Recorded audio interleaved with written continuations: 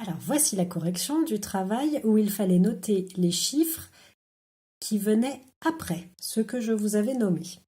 Alors, nous avons commencé par devoir trouver quel était le chiffre, mais ça c'était dans la tête, quel était le chiffre qui venait après 1. Après 1, c'était donc 2. Bravo à ceux qui ont trouvé. Allez, maintenant, ce que vous avez écrit. Alors, je vous avais demandé quel était le chiffre qui venait après 4. Vous avez donc dû écrire que c'était le 5. Je fais un petit trait. Ensuite, je vous avais demandé quel était le chiffre qui venait après 7. Et donc après 7, la réponse est que c'est le chiffre 8.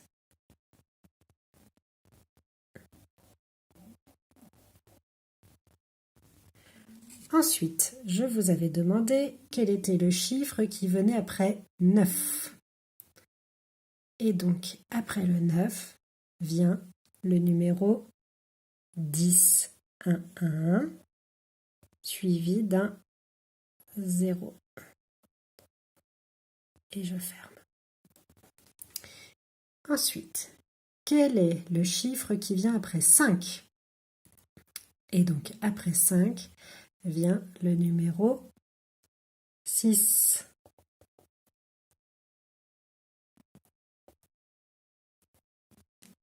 Maintenant, quel est le chiffre qui vient après le 8? Et donc après le 8, vous avez dû noter que c'était le 9. Un petit cercle et on descend pour faire la petite queue du 9. Ensuite, je vous ai demandé quel était celui qui venait après 2. Facile, après le 2 vient le 3.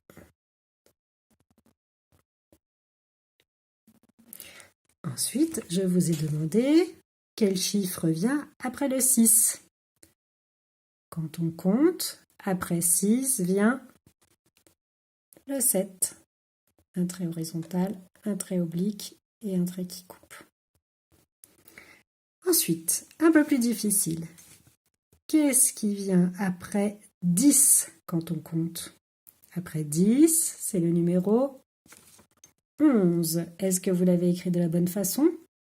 Le 11, c'est un 1 suivi d'un 1. Ensuite, quel est le numéro qui vient après 3? Eh bien, après le 3 vient le 4.